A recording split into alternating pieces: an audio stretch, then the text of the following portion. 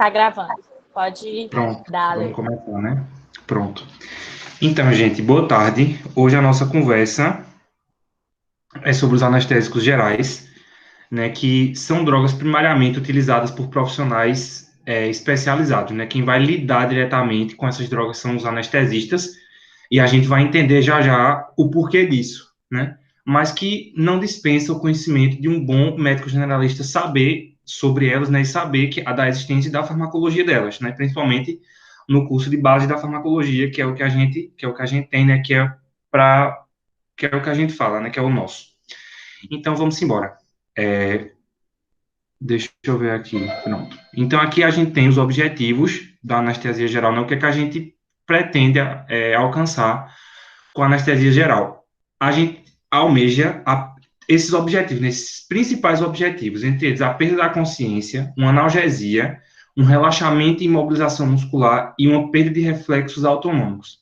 Seria perfeito se a gente encontrasse uma droga, uma substância, um fármaco que tivesse todos esses efeitos, não fosse tóxico e fosse, por qualquer, seja lá qual via for, né? A anestesia geral, geralmente, ela é ou inalatória ou intravenosa, né? Então, por qualquer uma dessas, se a gente conseguisse ter um fármaco que, idealmente, tivesse essas quatro características, seria perfeito. Mas nem tudo são flores, né? Existem alguns fármacos que são ótimos, que não são tóxicos, têm um odor agradável, né? Porque para você colocar um fármaco via respiratória do paciente, ele tem que ter uma farmacocinética adequada para aquela via. Ele não pode ter um odor pungente, ele não pode ser tóxico para as células que estão ali. Então, geralmente, quando ele é muito bom para uma coisa, ele deixa a desejar em outra, né? E a gente já vai analisar isso, né? Eu queria destacar aqui, gente, que não necessariamente todo anestésico, todo fármaco, que a gente vai ver a definição já, nem todo fármaco que consegue deprimir o sistema nervoso central, ele tem um bom índice analgésico, né? Que é a capacidade de retirar a nossa dor, né? E aí, outra coisa muito importante para a gente falando de anestesia geral é a perda dos reflexos autonômicos, né? Porque um dos objetivos também da anestesia não está aqui, mas é um objetivo muito importante, é que você consiga imobilizar o paciente, né? Você consiga aniquilar a resposta à decisão cirúrgica, tanto móvel do movimento, né? Quanto a resposta de ativação do simpático. Então, o paciente ele vai ficar irresponsivo, tanto do ponto de vista do movimento, quanto do ponto de vista de ativação do simpático. Então, ele não vai responder nem com o movimento e nem com a ativação do sistema nervoso simpático, né? Se ele tiver ativação do sistema nervoso simpático, o anestesista tem que atuar ali para reverter aquela situação, né? Então, vamos lá. Por definição, o que é anestesia, né? Como eu já dei uma introdução, ela é uma depressão global da função do sistema nervoso central. Então, você está ali, mas você está desligado. O seu sistema nervoso, que seria o responsável por responder, seja com movimento, seja com ativação do sistema nervoso autônomo, ele vai estar temporariamente desligado, né? Isso é uma coisa passível de reversão, levando a uma perda da percepção e resposta aos estímulos externos, né, podendo ser passivo de reversão, exatamente. E aí, existem esses 4 estágios da anestesia, que são chamados planos de Gödel, que Gödel foi um dos primeiros médicos a utilizarem a anestesia geral, né, a usarem em um procedimento a anestesia geral.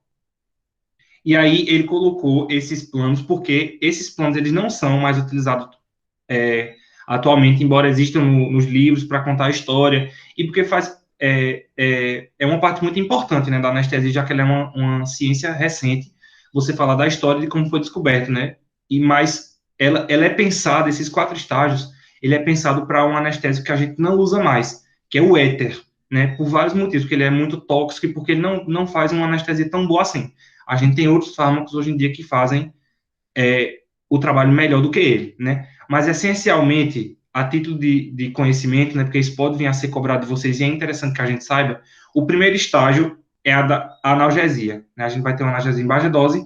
O segundo efeito, que ele é o mais indesejado de todos, um dos mais indesejados, né, é a excitação, que ele está ali entre o inicial e entre o intermediário, que o intermediário, que seria a anestesia cirúrgica, é o que a gente quer transitar entre ele e entre o estado normal, né? quando você não está anestesiado. Então, o anestesista, quando ele anestesia, ele está indo do estado de vigília para o estado de anestesia cirúrgica. E quando você volta do estado de anestesia cirúrgica para o de vigília. E eu tenho que transitar o mais rápido possível para não passar por esse estágio de excitação, né, que eu quero evitar ele ao máximo. E se eu continuar fornecendo a droga para o paciente, eu posso ultrapassar esse estágio de anestesia cirúrgica e chegar no estágio de depressão bulbar, onde eu vou ter uma redução tão grande, uma depressão tão grande das funções do sistema nervoso vegetativo, do sistema nervoso autônomo, que eu posso ter uma parada respiratória, uma parada cardíaca, que pode vir a ser, inclusive, irreversível, né? A gente vai ver, e vocês já viram isso, inclusive, né, lá em farmacocinética e em farmacodinâmica, que todas as drogas, elas têm um índice terapêutico, que é a diferença entre a dose que é eficaz e a dose que é capaz de lhe matar. Né? Isso é chamado de índice terapêutico, esse espaçamento. Os anestésicos gerais, eles têm esse índice terapêutico muito estreito. Né? A dose que mata, ela não é tão diferente assim, ela não é tão distante assim da dose efetiva. Né? Então, você tem que ter uma monitorização muito eficaz, digamos assim, muito íntima desses níveis para não chegar na depressão bulbar. Né? E como é que você sabe disso? Se está sendo eficaz, se está se você está tendo uma anestesia eficaz, é pela monitorização dos sinais cardíacos, né? Porque o nosso corpo, ele responde se ele estiver sentindo alguma coisa, tá? Então, resumindo, do que a gente precisa saber desses planos de anestesia é que eles foram baseados e descritos pelo uso do éter, né? Que ele não é utilizado mais hoje, e que a gente está transitando entre o estado de vigília e o estado de anestesia cirúrgica, que é o que é explicado nesse próximo slide, né? Ele é tirado do Golan, que é ótimo para esse assunto. E aqui está, do estágio 1, que é do estágio 1 até o estágio 3, né, que a gente está transitando entre a vigília, que é antes da administração do anestésico, até chegar no estágio 3, que seria o ideal para a cirurgia, a gente transitaria nesse intervalo, né, nunca chegando, evitando ao máximo, digamos assim, o estágio 4, que é a depressão bulbar, e passando o mais rápido possível pelo estágio de excitação. E a gente consegue passar o mais rápido possível administrando uma droga que tenha uma indução rápida, né? Então, vamos lá. Como a gente já tinha comentado, o anestésico geral ideal seria o que teria uma boa capacidade de indução, uma rápida capacidade de indução, né? Você administrar e rapidamente eu conseguir induzir o paciente a uma anestesia. Isso, desculpa, gente, saiu aqui. Vocês estão vendo a minha tela? Sim. Beleza. Tá certo. Então, ter uma boa capacidade de indução, não ser irritativo e ter uma rápida indução, uma capacidade de manutenção da anestesia, porque eu tenho que induzir e eu tenho que manter o paciente anestesiado, né? Isso depende da duração da cirurgia. Ou então, uma cirurgia que era para durar 1 hora, vai acabar durando 1 hora e meia. Então, eu tenho que ter a capacidade de manutenção, né? E a capacidade relaxante muscular seria o ideal, né? Mas a gente sabe que nem todos os fármacos conseguem ter todas as características ideais que eu procuro em um fármaco anestésico. Né? É por isso que é comum, hoje em dia, se fazer a anestesia balanceada. Né? Porque, como eu falei, ela é anestesia geral, aí você pode usar duas vias, tanto a intravenosa quanto a inalatória. Né? E hoje é comum usar as duas vias simultaneamente para a mesma cirurgia. Você induzir com um agente intravenoso, com um anestésico geral intravenoso, eu faço a indução, e a manutenção eu faço com um anestésico inalatório, né? Porque é muito difícil você encontrar um anestésico que tenha todas as capacidades.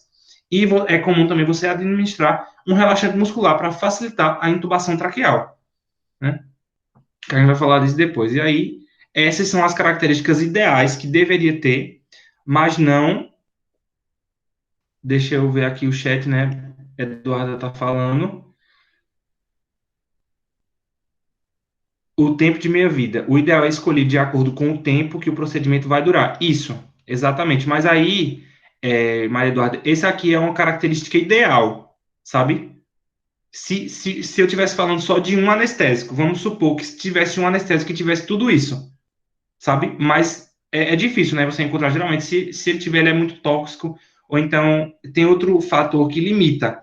Né? Aí, por exemplo, se eu induzir a anestesia com um barbitúrico, por exemplo, induzir com barbitúrico, e eu estou mantendo com gasoso, por exemplo, né, que é a anestesia balanceada. Então, essa cirurgia ela pode durar de 2 até, sei lá, 10 horas, que eu vou continuar mantendo o paciente ali com o gasoso, entende?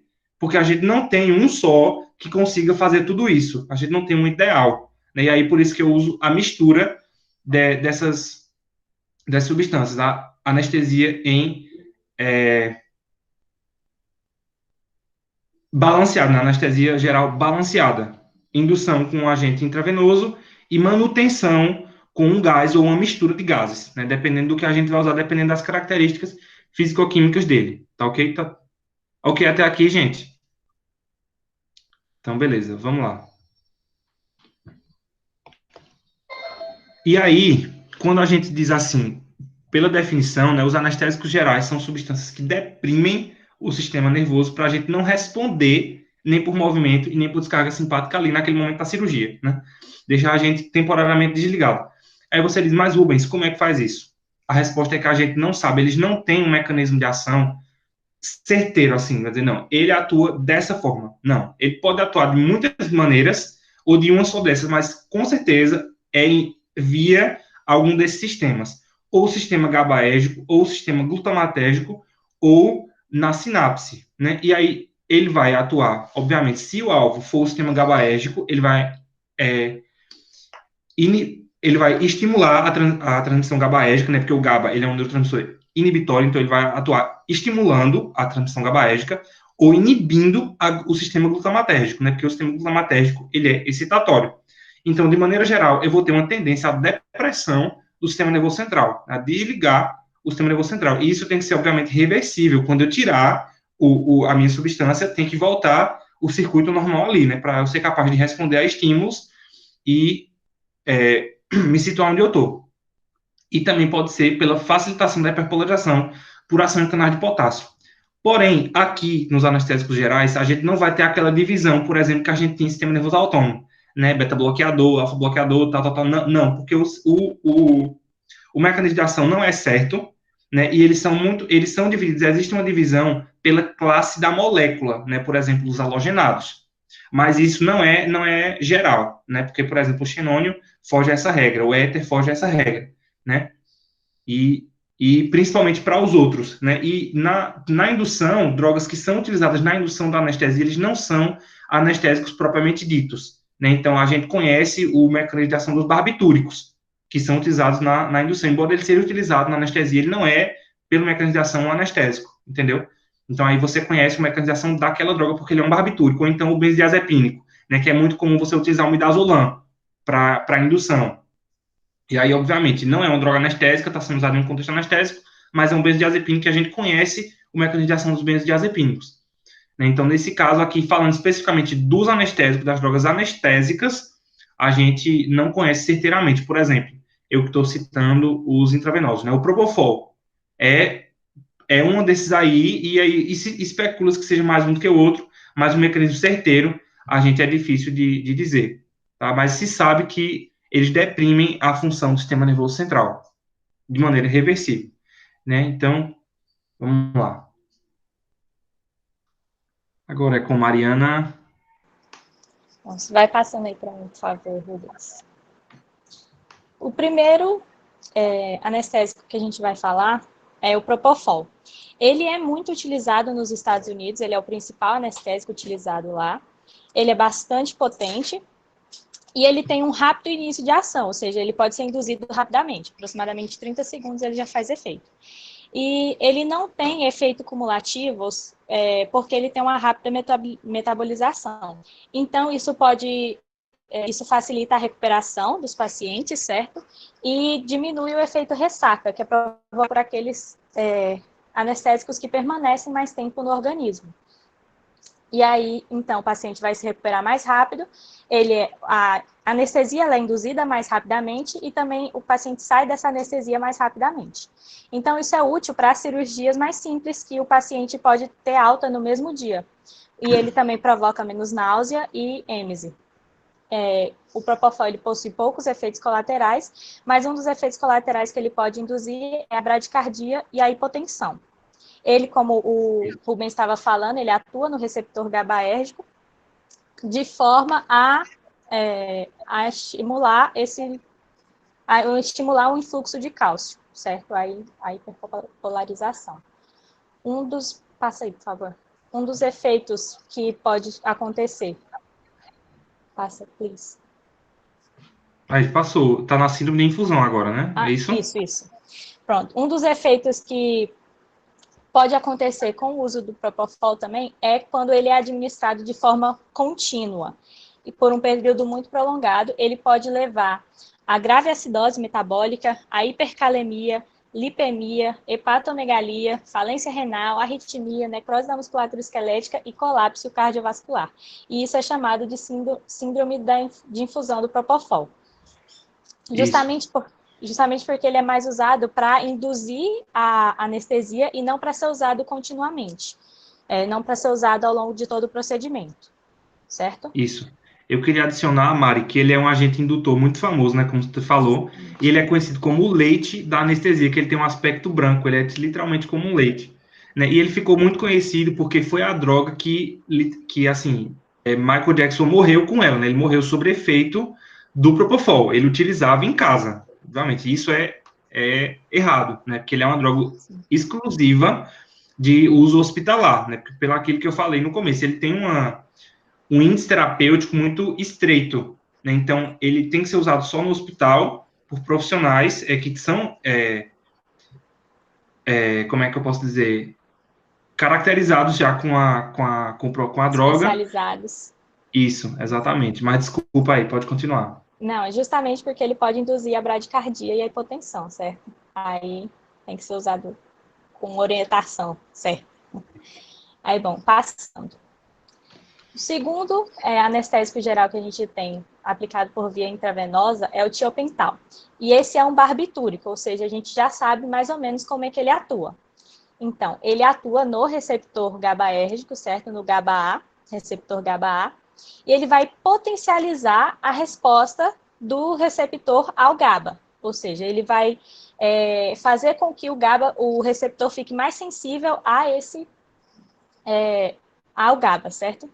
Aí, bom, ele atua em todo o sistema nervoso, certo? Medula espinhal, tronco, cérebro, e vai causar alguns sintomas como a sedação, a amnésia, perda da consciência, relaxamento muscular e supressão de reflexos.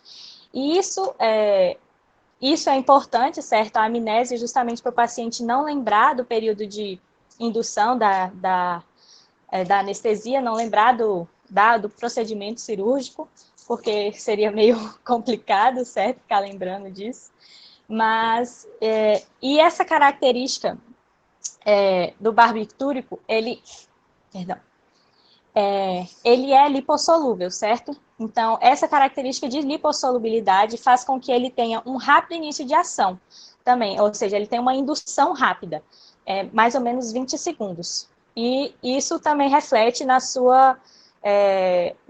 no término dos seus efeitos também rapidamente, ou seja, ele é induzido rapidamente, mas também termina o efeito rapidamente. Ou seja, ele é um ótimo indutor da anestesia, que depois vai ser mantida por outros anestésicos, certo?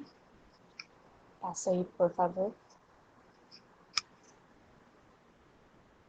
Pronto. Ele apresenta um baixo índice terapêutico porque a dose anestésica ela está bem próxima à dose que causa depressão cardiovascular, ou seja, é bem perigoso também a utilização dessa droga se você não sabe a quantidade certa para ser utilizada, porque a dose anestésica e a dose que causa depressão cardiovascular, ou seja, a dose que vai trazer problemas para o paciente, elas são bem próximas.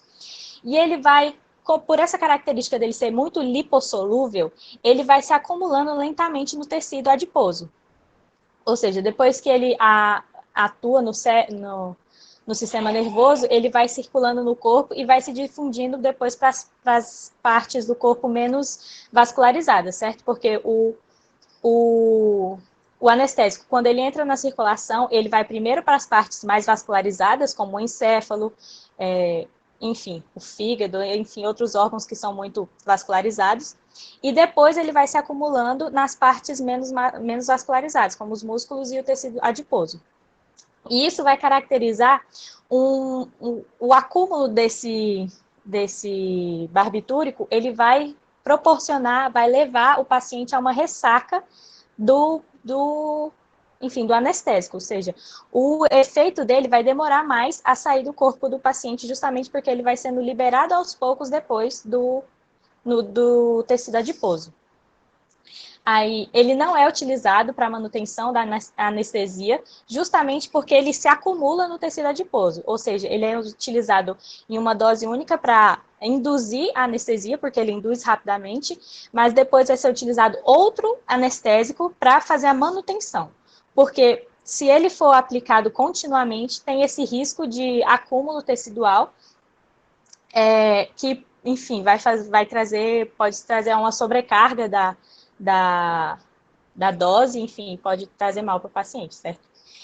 Aí, bom, se ao aplicar esse barbitúrico, a agulha perfurar uma artéria, ou enfim, passar para um espaço que não for a veia, pode causar um risco, pode levar um risco tecidual, certo? Pode levar a uma isquemia nessa artéria e a necrose do tecido, levando a ulceração e etc.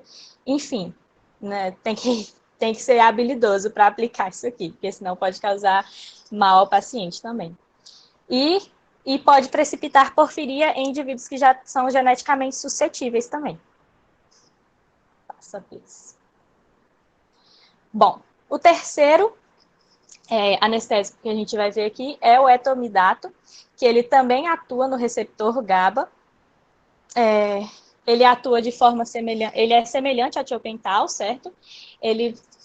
Só que em relação a tiopental, ele tem uma ampla margem entre a dose anestésica e a que produz depressão cardiovascular, ou seja, o tiopental ele tinha essa margem de segurança menor, enquanto o etomidato tem uma margem de segurança um pouco maior.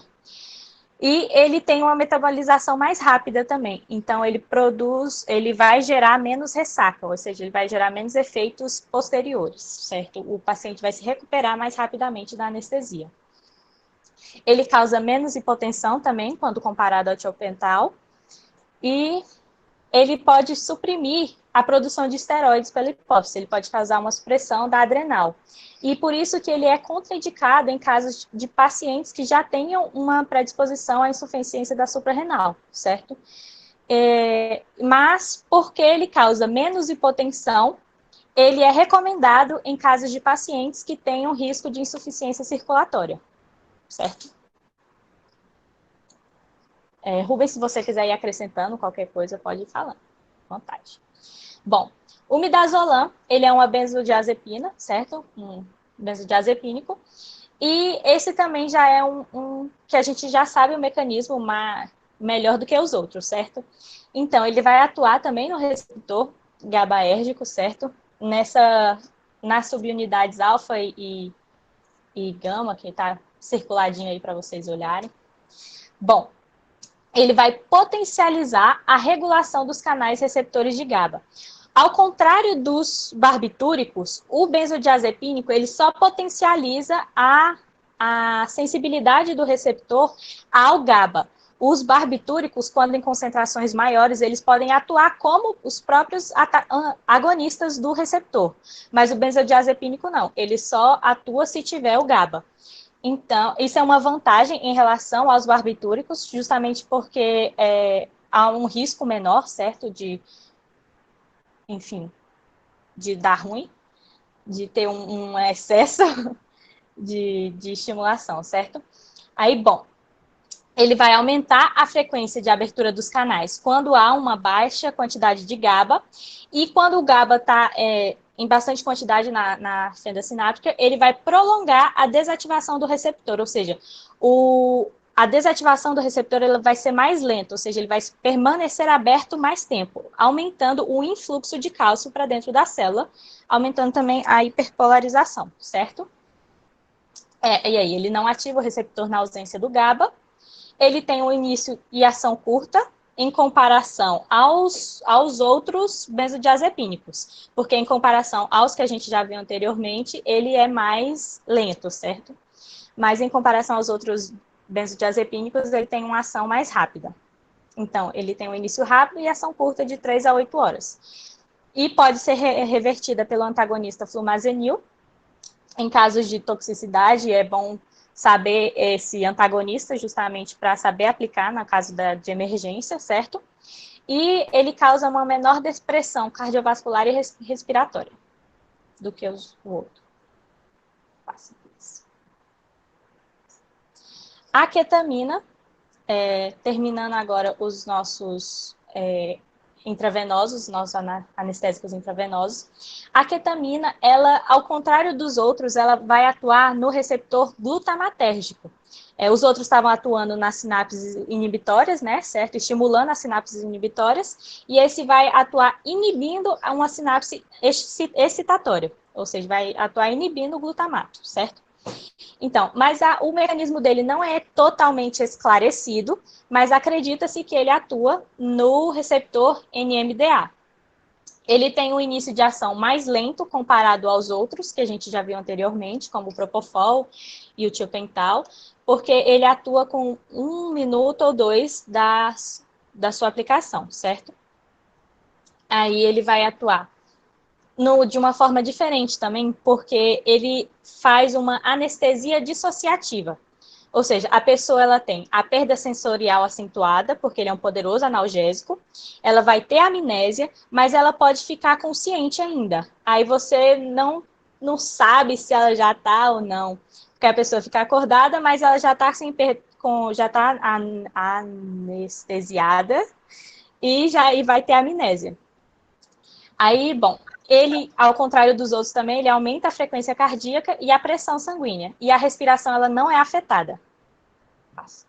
Isso, deixa eu adicionar uma coisa. Essa anestesia dissociativa é uma coisa, tipo, bem bizarra, assim, de ver no normal, no centro cirúrgico, né? Porque, geralmente, você tem na mente, na sua cabeça, principalmente pelo que eu acabei de explicar, que você vai ter uma depressão da função do sistema nervoso, né? E aí, o paciente está anestesiado, e aí, do nada, o paciente começa a abrir o olho, mexer o olho, e você pensa que o paciente vai acordar, mas não, é anestesia dissociativa, né? Porque você tem essa dissociação. E todos os fármacos que Mariana falou até agora, eles tinham a característica de reduzir frequência cardíaca, reduzir pressão sanguínea e respiração. Mas aqui, ó, ele aumenta a frequência cardíaca e aumenta a pressão sanguínea. Então, ele tem um efeito positivo, né? Então, reflete também um pouco dessa dissociação da droga, né? Era só isso que eu queria adicionar. Isso. Bom, essa característica de aumentar a frequência cardíaca, a pressão sanguínea e a respiração não ser afetada, faz com que a ketamina ela seja mais segura em procedimentos que a gente não vai ter uma tecnologia para ficar fiscalizando, monitorando o paciente o tempo todo, certo? Ou seja, em procedimentos de emergência no interior, que não tem um equipamento muito, muito adequado, esse é mais indicado. Essa substância é mais indicada. Mas o porém é que esse aumento da frequência cardíaca ele pode levar ao aumento da pressão intracraniana, certo? O aumento da pressão sanguínea pode levar também ao aumento da pressão intracraniana, e isso faz com que ele seja contraindicado aos pacientes que já têm uma pressão intracraniana elevada e que tenham um risco de isquemia cerebral, justamente porque vai aumentar a pressão intracraniana e o paciente já tem esse risco, certo? E pode também acontecer de alucinações, delírio e comportamento irracional durante a recuperação da anestesia, por isso que ele não é tão utilizado assim. Quer acrescentar alguma coisa, Rubens? Próximo, então.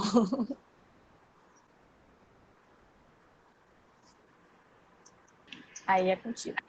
Pronto, agora a gente viu rapidamente, né, uma definição, e a gente viu os anestésicos intravenosos, né, que a gente viu que eles são principalmente utilizados para induzir a anestesia. Eu faço uma indução com os anestésicos intravenosos, e agora, né, como eu tinha explicado que está em modo anestesia balanceada, a gente vai ver os anestésicos inalatórios, que geralmente eles são utilizados para manter a anestesia, né, para fazer o estado de manutenção.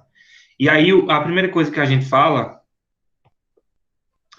é sobre as características farmacocinéticas, né, que já é esperado, né, já é até, como eu posso dizer, intuitivo, né, que uma droga para ser administrada pela via respiratória pela via aérea, ela não pode danificar a via aérea, ela também não pode ser irritativa, né? Porque senão o paciente vai começar a tossir, vai ser totalmente contra o processo de anestesia, né? E as características farmacocinéticas que diz respeito à molécula do fármaco é principalmente a solubilidade, seja no sangue, seja na gordura, né? E a gente vai falar já já, que isso tem a ver com a CAM, que é específica, é a identidade de potência do anestésico, e a capacidade de atravessar as membranas alveolares para o sangue e depois de sair do sangue chegar no compartimento central, né, atravessar a barreira hematoencefálica e chegar a ter acesso ao compartimento central. Porque se você colocar uma coisa pelo pulmão e essa coisa não conseguir, e esse fármaco, né, não conseguir chegar no sistema nervoso central, você não teve ação nenhuma. E aí o pulmão é a via tanto de entrada quanto, idealmente, a via de saída, né? Porque seria ideal, seria perfeito se se a gente conseguisse administrar um fármaco que ele fosse inspirado, tivesse sua ação e depois ele fosse expirado totalmente pelo pulmão. Existem fármacos, os mais recentes, que são assim, né? Que tem a sua excreção majoritária pelo pulmão, porém, alguns ainda são metabolizados pelo fígado, têm excreção renal, e isso constitui alguns fatores de contraindicação desses fármacos, né?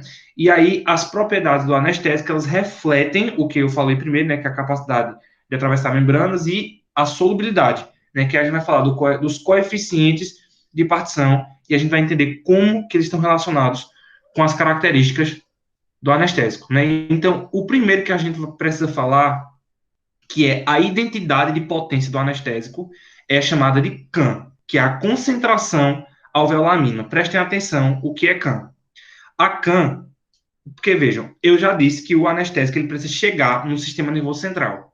Então, beleza. Idealmente, numa situação ideal, eu teria que medir, eu anestesista, eu teria que saber qual que é a pressão de anestésico que está chegando no compartimento central, certo?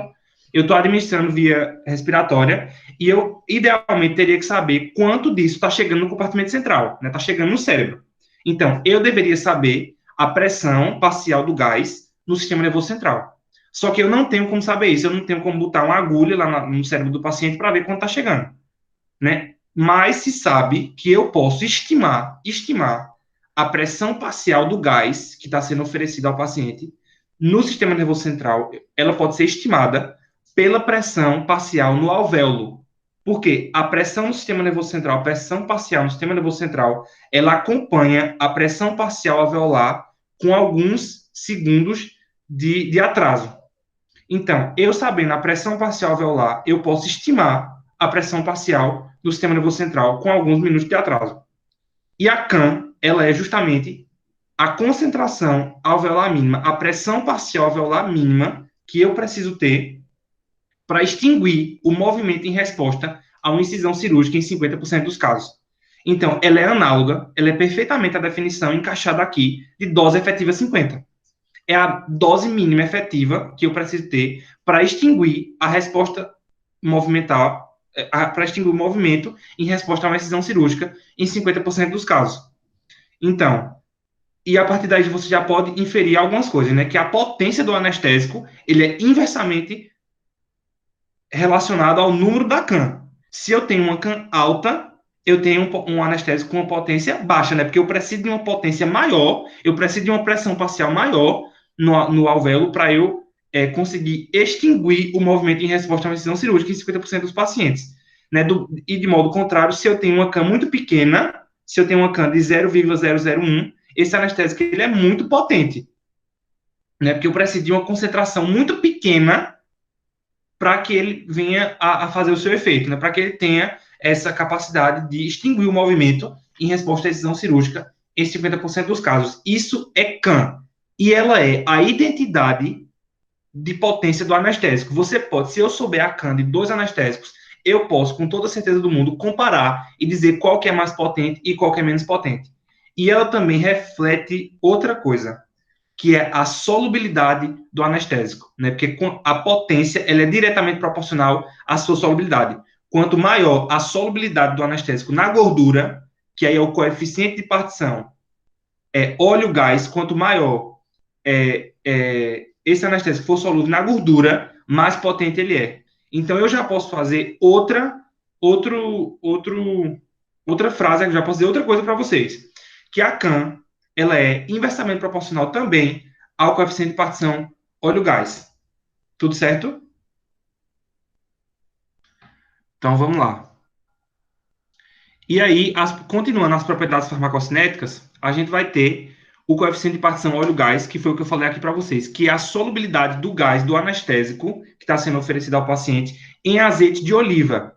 E aí, quanto maior, quanto mais solúvel o anestésico for no azeite de oliva, quanto mais solúvel o anestésico for na gordura, mais potente é o anestésico e, portanto, menor é a CAM.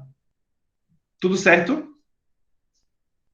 Beleza. Então, pela CAM, que ela é a identidade do anestésico, eu posso prever o coeficiente de partição óleo-gás, se ele vai ser grande ou pequeno, se ele vai ser alto ou baixo, num valor alto ou baixo, e eu posso prever também a solubilidade desse anestésico, né?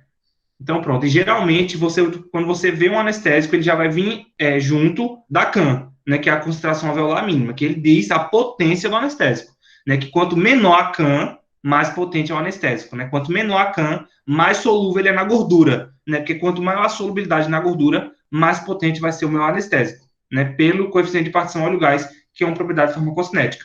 E junto do coeficiente de partição óleo-gás, a gente não pode esquecer de falar do coeficiente de partição sangue-gás, que é o quanto esse gás ele é solúvel no sangue agora, que eu estou falando de outra propriedade, né? Como ele é solúvel no sangue. E isso reflete, presta atenção, o tempo de indução e o tempo de recuperação desse paciente. Aí você diz, gente, Rubens, você falou que a indução ela era feita com um anestésico intravenoso. Tudo bem. Geralmente ela é feita com anestésico intravenoso. Só que a manutenção ela é feita com anestésico inalatório, certo? E aí, quando eu vou parar a anestesia, quando eu quero trazer o paciente de volta, eu vou ter que fazer uma recuperação, né? E essa recuperação, ela está intimamente ligada à indução, né? Um anestésico inalatório, ele vai ter essa propriedade de indução rápida ou demorada, similar ao seu tempo de recuperação. E isso é dito, o que nos diz isso é o coeficiente de partição sangue-gás, que reflete a solubilidade no sangue. Então tá, eu sei que pode ter ficado um pouco confuso, eu vou recapitular agora. O coeficiente de partição sangue-gás, ele diz para mim médico, se aquele gás ele é solúvel no sangue. Se ele for muito solúvel no sangue, significa que ele vai ter um longo tempo de indução e um longo tempo de recuperação. Se aquele gás ele for insolúvel no sangue, ou seja, se ele tiver um pequeno coeficiente de partição sangue-gás, significa que o tempo entre eu parar de eu fornecer o anestésico e eu trazer o paciente de volta vai ser no instante. Tá tudo certo, gente? Tá entendido isso? Que o coeficiente de partição óleo-gás, o quanto o anestésico é solúvel, o quão o gás é solúvel na gordura, vai me dizer o quê? A potência do anestésico e ele se relaciona com a CAM de maneira inversamente proporcional. E o coeficiente de partição sangue-gás, que é o quanto o gás ele é solúvel no sangue, ele se relaciona com o tempo de recuperação e indução daquele anestésico, né? Então, quanto mais insolúvel no sangue, mais rápido é a recuperação do paciente. Mais rápido eu consigo recuperar aquele paciente. Quanto menor o coeficiente de partição sangue-gás, quanto mais insolúvel ele for no sangue, mais rápido eu consigo recuperar o paciente da anestesia, trazer o paciente de volta. Né? E aqui eu coloquei de novo a dose efetiva 50, né, que ele é análogo da CAM, que é a concentração alveolar mínima, e foi isso que eu acabei de falar aqui para vocês, tá? E isso que eu disse no começo, essa regra, essa lei que diz que se o anestésico ele é solúvel na gordura, ele vai ser potente e vai ter uma CAM pequena, essa regra é a regra de Mayer-Overton, que é esse cara que está aqui, que é muito falado nos livros de farmacologia, né? Que foi ele que estudou e foi ele que disse isso para a gente, né? Então vamos embora. E aqui, ó, eu trouxe essa tabela do livro, que é do Golan, né? Que é ótimo para exemplificar isso, né? Porque, por exemplo, já dando nome aos bois, né? A gente vê esse anestésico aqui, o óxido nitroso. ele tem uma CAN de 1, uma concentração alveolar mínima, de, não só 1, de 1,01. Então, a CAN dele é maior do que um ATM. Então, veja, comparando com os outros, essa CAN ela é o quê? Ela é a maior que tem aqui, né? Então, significa que ele é o quê? Ele é um anestésico pouco potente. O anestésico mais potente é o alotano, que ele tem a menor CAN. Então, para induzir uma anestesia, eu preciso de uma pressão no alvéolo maior de óxido nitroso do que com a alotano, se eu for usar só ele, né? Mas hoje em dia você utiliza a anestesia, você mantém a anestesia com mais de um gás, que aí você já dribla esse problema. Porque, vê, vamos pensar, o óxido nitroso, ele tem uma CAN de 1,01, então ele não é muito potente. Aí vamos olhar aqui, ó, o coeficiente de partição sangue-gás dele, ó. Ele é bem insolúvel, né? Então isso significa o quê? Ele é insolúvel no sangue, gente. Ele é insolúvel no sangue. Tem um baixo coeficiente de partição sangue-gás. Então isso significa que ele vai ter um tempo de recuperação muito pequeno, né? Mas ele tem esse problema que ele tem uma CAM muito grande. Ele tem a CAM dele é maior do que 1,01. Então, se eu anestesista for tentar induzir, for tentar manter, na verdade, desculpa, se eu for tentar manter uma anestesia só com óxido nitroso, para eu atingir essa CAM, eu vou matar o paciente de hipóxia. Entendeu? Porque ele tem uma CAM muito alta, eu preciso de uma concentração de anestésico ali no alvéolo, que o paciente, que não vai ter como o paciente conseguir oxigênio, né? Que eu estou colocando uma concentração de anestésico muito alta. Aí eu posso misturar o óxido nitroso com outro gás para adicionar suas CANs, né? Para conseguir melhorar esse perfil, e aí eu conseguir depois reverter o efeito, né? Porque se eu usar o alutano, certo, ele é bem potente, eu vou usar bem pouquinho, né? Mas, ó como ele é solúvel no sangue. Então, ele vai demorar muito para trazer o paciente de volta. E o paciente vai ficar atordoado, vai ter efeito ressaca, vai ter um monte de coisa, né? E o éter, que foi aquele que eu falei para vocês, ele foi o primeiro utilizado, né? E aqui, ó, ele tem uma solubilidade no sangue de 12. O coeficiente de partição sanguínea dele é de 12, então demora muito para trazer o paciente de volta. Então, isso é o princípio da anestesia geral, né?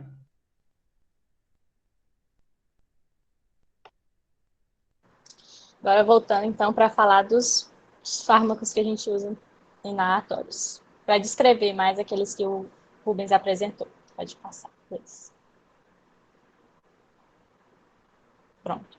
Começando pelo óxido nitroso, a gente tem que ele é um gás incolor, inodor, ele tem uma baixa potência, então ele deve ser combinado com outros gases, certo? Justamente porque ele tem um baixo coeficiente óleo-gás e por isso ele tem uma CAM muito alta, que foi exatamente o que o Rubens estava falando agora, certo? Aí então, por causa desse baixo coeficiente de sangue e gás, ele tem uma baixa solubilidade, então ele vai ter essa rápida indução e a rápida recuperação. Ele tem boas propriedades analgésicas, ou seja, ele é funcional, ele é bom, só que ele tem esses pequenos impedimentos que para o seu uso exclusivo, certo? Igual o Rubens acabou de falar. Então, bom, ele tem um risco também de depressão da medula óssea quando administrado por um tempo prolongado. Ele vai fazer essa depressão da medula, certo? Pode provocar anemia. E ele se acumula nas cavidades gasosas. É isso. Olá, por favor. Pronto. O alotano, igual o Rubens também estava falando, ele é bem potente. Ele foi utilizado para o desenvolvimento dos anestésicos voláteis inalatórios e ele tem uma CAM muito baixa. Ele, como o Rubens mostrou, ele tem a menor CAM dos anestésicos que a gente está estudando.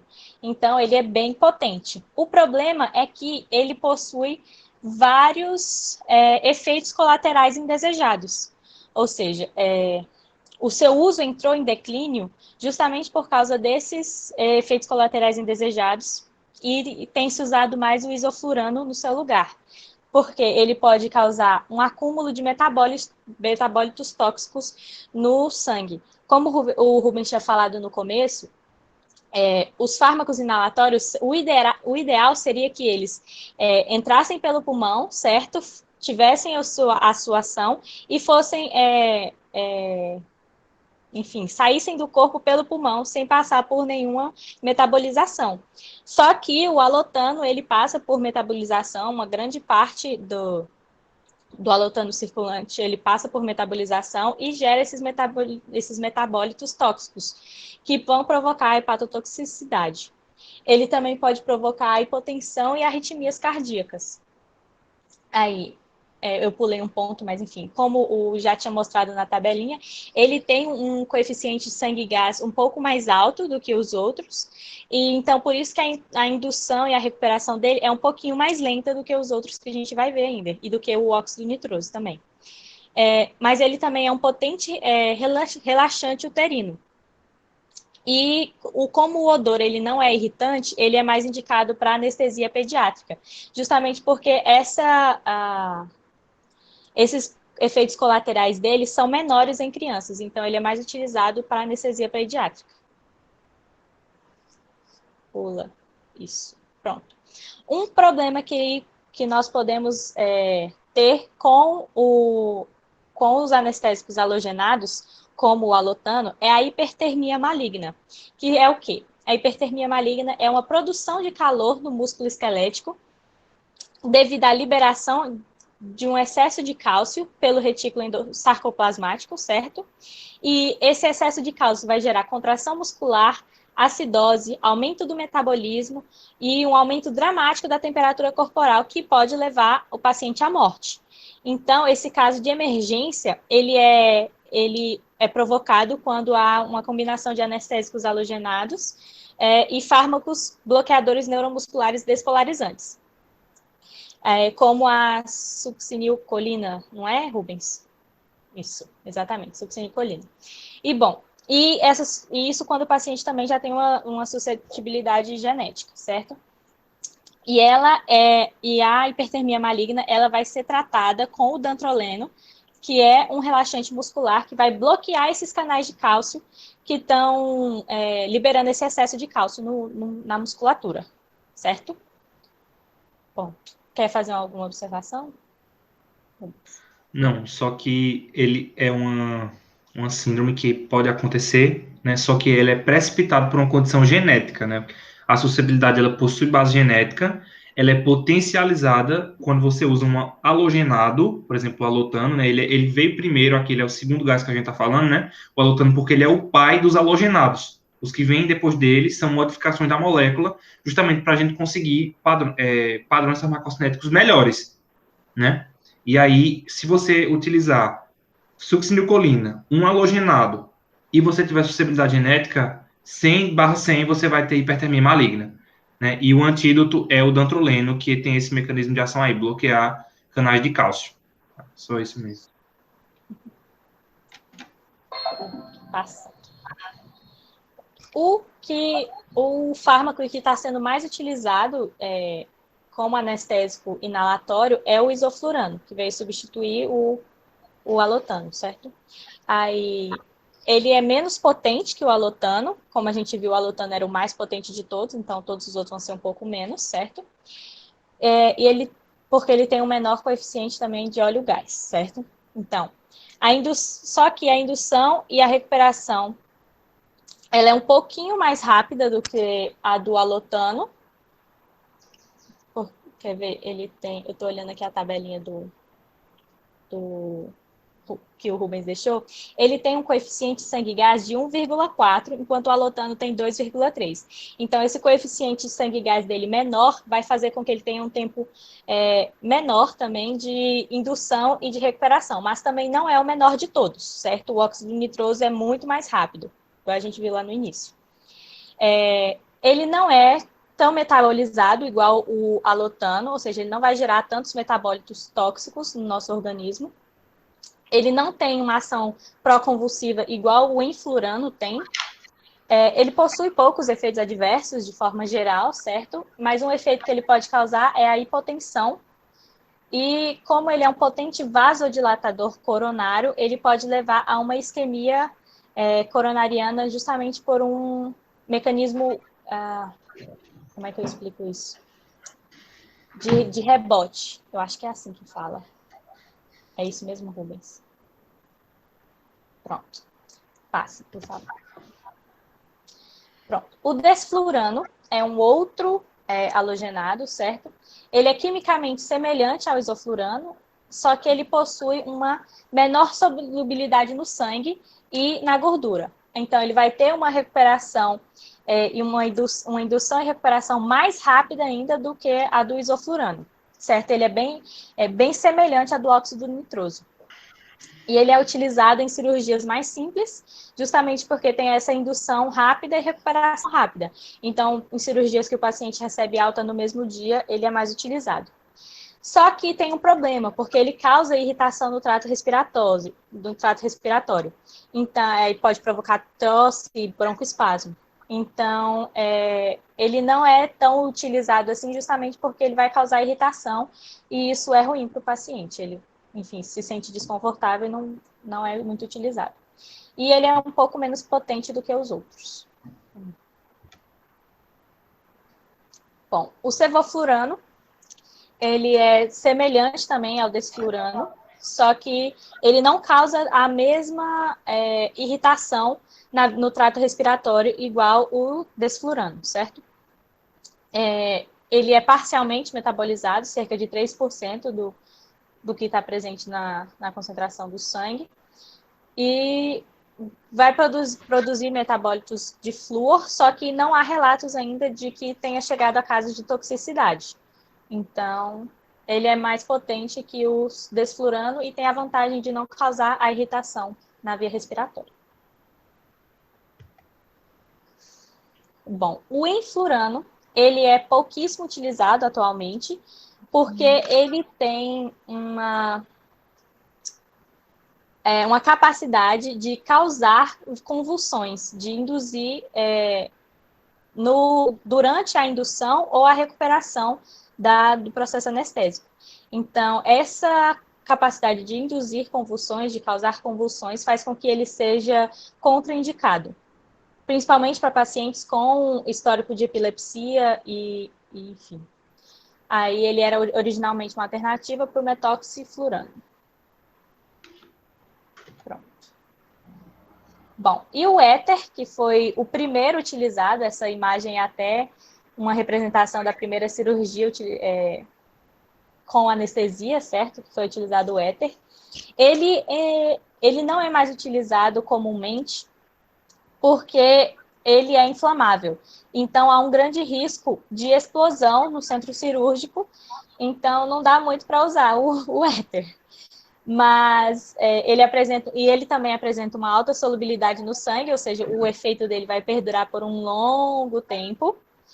E ele tem uma indução lenta e o efeito vai durar um tempo a mais. Ele também causa irritação no trato respiratório e pode provocar náuseas e vômitos também. E é isso. Pronto. Isso, pronto. Bom, vamos lá, então, ler um caso clínico aqui para vocês. Uma criança foi submetida a um procedimento cirúrgico. O médico fez a indução da anestesia com o tiopental, um barbitúrico, intravenosamente, em bolo. Depois, acrescentou uma dose intravenosa de succinilcolina, um relaxante muscular despolarizante, para facilitar a intubação endotraqueal, e o menino é colocado em respiração artificial. Uma mistura de anestésicos gerais de inalação contendo isoflurano a 2%, óxido nitroso a 50% e oxigênio a 48% é administrada por meio do vaporizador para manter o estado de anestesia. Após 5 horas de cirurgia, o anestesista aumenta progressivamente o fornecimento de oxigênio e em menos de 10 minutos a criança já está respirando espontaneamente e pode responder a perguntas, embora esteja ainda um pouco atordoado. Pronto, gente. Então, nesse caso, é a concretização do que a gente veio discutindo até aqui. Né? É um caso hipotético, mas é perfeito a aplicação dos conceitos que a gente estudou. Né? A indução foi feita com barbitúrico, com tiopental, né? Como a Mariana falou. Ele tem um tempo de indução pequeno, né? É rápida a indução, e aí foi utilizado um relaxante muscular, a succinilcolina, né, que é despolarizante, mas isso já foi visto, né, por vocês, quem está acompanhando as aulas, para facilitar a intubação endotraqueal, né, porque tem os músculos aqui que podem se contrair e dificultar a intubação, e aí para facilitar você usa o relaxante muscular. E aí o menino é colocado na respiração artificial. Aí vamos lá. Foi feito a anestesia, foi feita a manutenção da anestesia, né, durante as 5 horas de procedimento, com uma mistura de isoflurano, óxido nitroso e oxigênio. Né, a gente já tinha conversado com isso. Eu não posso querendo manter uma anestesia só com óxido nitroso. Porque senão, para eu manter uma anestesia só com óxido nitroso, eu ia matar o paciente, né? Porque eu preciso de uma pressão parcial no alvéolo muito alta. E o paciente não pode só receber óxido nitroso, ele também tem que receber oxigênio, senão o paciente morre de hipóxia. Então, a justificativa de usar uma mistura de gases é essa, né? Porque vai adicionar a CAN de um com a CAN do outro, né? E aí foi administrado por um vaporizador para manter o estado de anestesia. Após 5 horas, aí, ó, o anestesista aumentou progressivamente o fornecimento de oxigênio, então eu comecei a fornecer só oxigênio. E aí, como eu estou utilizando o óxido nitroso, quando eu começar a administrar oxigênio e eu paro de administrar o óxido nitroso, rapidamente eu vou fazer o quê? Eu vou conseguir me livrar do óxido nitroso. Por quê? Porque ele é praticamente insolúvel no sangue. Ele tem um rápido tempo de recuperação, né? O tempo de recuperação dele é muito curto. E aí eu consigo trazer o paciente de volta muito rápido, né? Então isso é perfeito. Eu estou associando, eu estou conhecendo, né, as propriedades farmacocinéticas e associando isso a meu favor. E aí a criança, em menos de 10 minutos, já está respirando sozinha, sem necessidade de aparelho, já consegue se orientar, né? Está parcialmente orientado, mas ele está um pouco atordoado. E isso é, em parte, por conta do isoflurano e por conta também do tiopental, né? Que ele se acumula um pouco e deixa você um pouco atordoado, embora façam 5 horas já. Mas é isso aí, gente. Acho que deu para fechar bem esse caso e concluir a nossa aula, né? É isso. Obrigada, gente. Alguém tem Valeu, alguma gente. pergunta antes da gente encerrar a Sim. gravação? Pergunta. Gíulia pergunta. Tiago pergunta. Pode encerrar, né, Mari, a gravação? Vou encerrar, então. Aqui.